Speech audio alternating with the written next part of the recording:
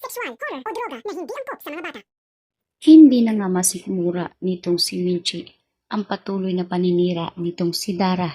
Kaya pinuntahan niya nga ito mismo kung saan nagpa-interview itong si Dara para harangin ang mga parata nga nitong si Dara sa kanilang mag-inang si Jenny.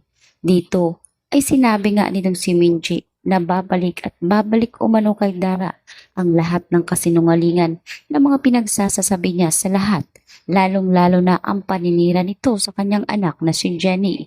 Subalit hindi nga nagpatinag itong si Dara at pakunwari ay siya nga itong aping-api.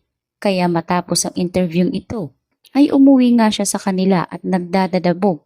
Kinausap niya si Megan at hindi talaga makakayanan ni Dara na matalo siya nitong si Minchi.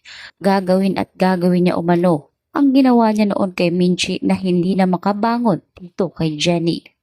Ikinagulat nga ni Megan mga pag-amin at revelasyong ito ni Dara sapagkat napagtantungan nitong si Megan na marahil kung bakit naging ganoon ang sitwasyon ni Minchi ay kagagawan din ng kanyang ina. Hindi nga makatarungan nang ginawa nga lahat ni Dara ang paraan para hindi na nga makabalik pa sa industriyang ito si Minchi. Kaya nag-aalala ngayon itong si Megan na baka itulad rin ito ni Dara kay Jenny. Ganun pa man ay pinayuhan na lamang ni Megan ang kanyang ina na wag nang mag-aksaya pa ng panahon dito sa mag-inang sikat.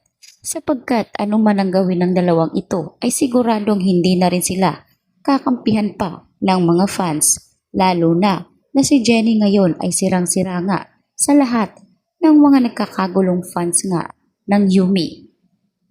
Samantalang dito naman ngayon biglaan ang pagdating galing ibang bansa ng lalaking naging kalaguyo nga noon nitong si Dara. Ikinagulat nga ito ni Dara at halos hindi siya makapagsalita. Kaya naman nagmamakaawa itong si Dara na wag nang guluhin pa ang buhay niya at si Megan dahil tahimik na umano ang buhay ng kanyang anak at sikat na sikat ngayon si Megan dahil sa pangalang Halari. Subalit hindi nga makakapayag ang lalaking ito na basta na lamang siya itatapon ni Dara. Ganun pa man ay tinanong nga ng lalaking ito kung alam na ba ni Megan kung sino ang kanyang tunay na ama. Kaya para bang namutla itong si Dara. Dito rin napagtanto ni Dara na baka ito pa ang simula ng kanyang pagbagsak kung sakaling magsasalita na ang lalaking ito. Habang itong si Minchi ay dito niya nga nakita si Dara na may kausap na lalaki. Dito na lamang napansin ngayon ni Minchi na parang pamilyar ang mukha nito. Kaya naman noong kabataan nila ay minsan na nga itong laging pumupunta at nakikipagkita kay Dara.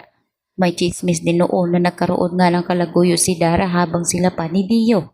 Posible nga kayang ito na ang ama ni Megan at hindi lamang ito pinaalam ni Dara, lalo pat alam ni Dara kung gaano kasikat noon itong si Dio Halari. Mahal na mahal ni Dara si Dio at handa niya ngang ibigay ang lahat. Ngunit ganun pa man ay hindi pa rin nakuha ni Dara ang puso ni Dio sapagkat hanggang sa huling hininga nito ay si Minchi pa rin ang sinisigaw ng puso ni Dio. Kaya naman sa pagkakataong ito ay gagawin ni Dara ang lahat para lamang mawala sa kanyang paningin at sa kanyang landas ang lalaking ito at hindi umano siya makakapayag na sirain nitong lalaki ang buhay nga na ibinigay nga ni Dara para sa kanyang anak na si Megan. Dahil dito ay tila nagsisinungaling na rin itong si Dara kaya gagawin lahat ni Minchi para malaman niya kung sino nga ba talaga ang lalaking ito at bakit lagi na lamang itong nakikita ni Minchi sa tuwing naririyan itong si Dara.